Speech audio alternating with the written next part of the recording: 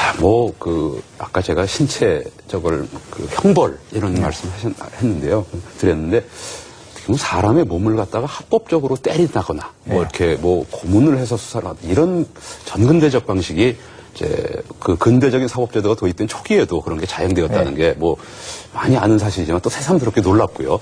선생님께서 생각하시기에 해방 직후 말이죠. 간단히 과연 우리 사법제도는 해방 이후에서 어떻게 보면 지금까지도 아까 강의 중에 이제 연장되는 측면이 있다 이렇게 말씀하셨는데 일제시대의 사법제도와 지금의 사법제도 해방 이후부터 지금까지 크게 달라진 게 있다고 생각하십니까? 개인적으로 감상을 좀 말씀해 주시죠.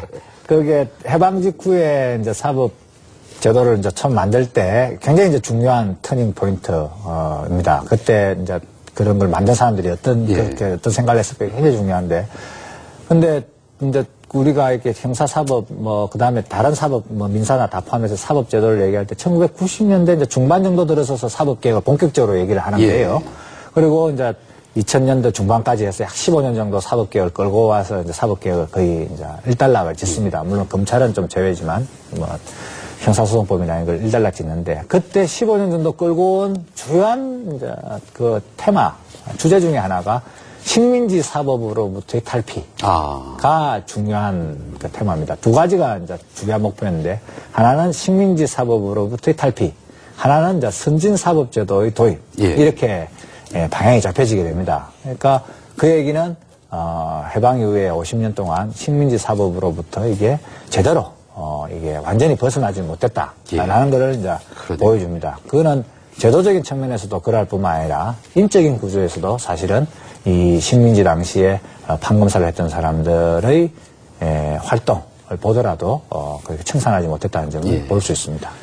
그런 또 식민지 잔재로부터 완전히 탈피하고 선진적인 사법제도를 도입 문제가 해방되고 50년이나 뒤에까지 논의될 정도라는 얘기죠. 어떻게 보면 일제유죄라는 게 전 사회적으로 아직까지 남아있는 그런 생각이 듭니다. 사실 사법 권력이라는 국가에서 국민들이 위임한 것이고 국민들이 위임한 것을 국가 권력 형태로 하는 것인데 그거를 국민을 위해서 지배를 하고 국민을 위해서 이렇게 군림하는 의미에서 이렇게 행해지면 안 되겠죠. 자, 부족한 판사와 검사를 보충하는 역할을 하던 일본 순사가 조선인들을 구금할 수 있었습니다. 또 즉결로 심판도 할 수 있었고요. 이랬던 일제강점기입니다. 심지어 태형으로 매질을 할 수도 있었다고 하니까 식민지 시대 일제경찰의 그 억압과 탄압이 얼마나 서슬이 펄했는지 새삼 느껴집니다. 너 자꾸 울면 순사가 잡아간다. 이런 말도 했지 않습니까?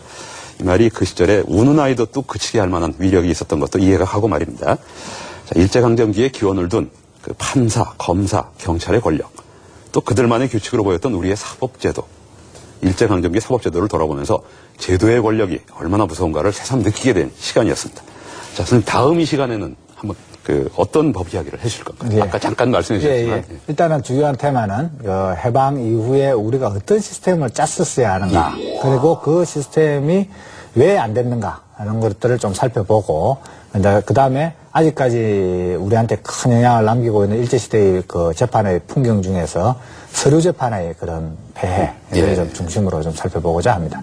다음에는 이번 시간은 좀 원론이었다면 다음에는 훨씬 더 우리에게 익숙한 그 법정의 풍경도 좀 볼 수 있겠네요.